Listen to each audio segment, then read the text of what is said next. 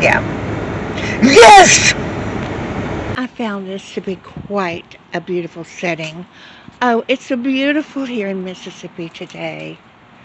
Look at this swimming pool. Isn't it gorgeous? Gas is $2.89 here, so that will be fine. I'm so mad at these people. See, this is why I don't go like I used to. Because of humanity has really sunk. And I'm pissed. That guy in there, he saw my weapon on my waist. Well, I've got it underneath here. But my state is not you don't have to conceal it to carry it. So I always take my weapon with me. Now, just something I'll tell you, you're not going to believe this because, okay, I have a scooter, I have the disc degeneration. I mean, and, I don't expect anybody to come take care of me, but I do have a service that comes. And I've been having the worst problem with these ladies. But now, I have found two that had mugshots online, and they try to change their name. But the other one I had last week, that was she didn't want to, you could just feel the tension in her, and she knocked down my new screen door and walked over it and left it. I wouldn't let her back in, and I did call her company, and her company said, I told her to hush or shut up, which never happened. And I told him, I said, I have everything in my house is recorded. Everything got real quiet. So I was recording her too. But 2 days after this girl left my house, I do read the news. She stabbed her brother. So she's right where she needs to be. I did pray for her soul, but she doesn't need to be going in anybody's houses, helping anybody do anything. And she was one of the most hateful people. And I have white and black. Doesn't have anything to do with color. Because I've had some white girls who have come and they put their feet on my furniture, get in my bed and everything. I'm like, hey, what you doing? So I really put the hammer down with the services today. I've got a wonderful manager that does all this for me, and I hate to bother her, but they need to know that they're hiring criminals. They're hiring criminals. And I said they won't come back in without a background check. And with these kind of companies, in our state, they have to do a state and they have to do an FBI check. They're not doing it. And if she would stab her brother, what would she do to me? Okay, so it's time to go eat, and I don't know what I want, but I'm going to treat myself today.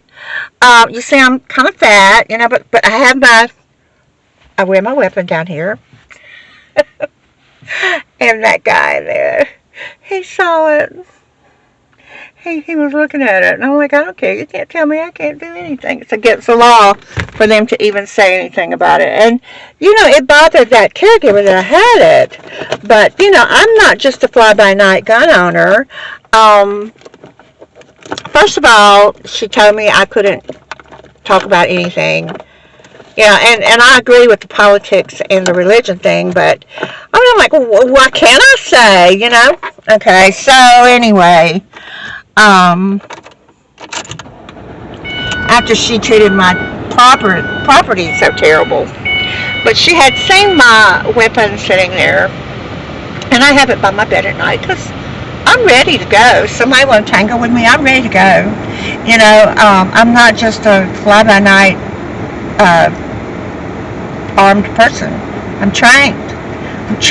I spent hours at the range, and I know my weapon. I know how it operates. It needs to be fired. But, she was uncomfortable doing it. Well, I would never do that. Oh, but you were going to stab your brother? Okay. Well, now you don't have to worry about taking care of your 4 babies. You got four sons. And now you don't have to worry about working because Texas will feed you and provide you a room. This girl ain't gonna get out. she ain't gonna get out. She's in there. But I found a couple more, and I sent them all over to this agency. I said, they cannot come in without a background check. And, even if they just give it to you and show it to me, the Centers for Medicare and Medicaid in the state of Mississippi require a state and a FBI check. Not every state is like that. You have to look it up and do some research and see. But in our state it is. And also, as far as weapons go, mine goes with me everywhere. And so what if you look at it and you see it? Most people that get all bent out of shape about it are people who have had a felony or something and they can't own one. So they don't want anybody else to have one. But, this girl, she could have come from my kitchen with a knife and stabbed me in the back. And I'm supposed to step around her little feelings? I don't think so. But anyway, yes, I do carry mine. I don't have to hide it. As a matter of fact, we're a preemptive state. It means, even in public housing, which, public housing, sometimes it attracts not the most best, but, I've had people that are my friends that are in public housing. But anyway, they can't tell you that you can't have one, that you can't transport it in your car, that you can't transport it in your purse, that you can't transfer it in and out from your house. Yeah, preemptive status. You gotta know the rules, but I know people don't really, some people don't like, I don't think I'm big and bad for having it. I think I'm smart because I am alone. And so, I mean, if you call the cops, it takes a long time. But yeah, I worked really hard to be able to have this. I'm registered, and I do have a license, and I'm listed at the what's it called, the lanes at the range. It's an indoor range. I'm signed in there, so they know. Everybody knows I have one. So, but they don't step around me with the gun thing because I'm not having it. It's my right. But see, now the girl tried to. Well, she did take away my freedom of speech, and then also she wanted me to get rid of it, and I said, if it bothers you, I'll put it away, but I usually have it sitting right there.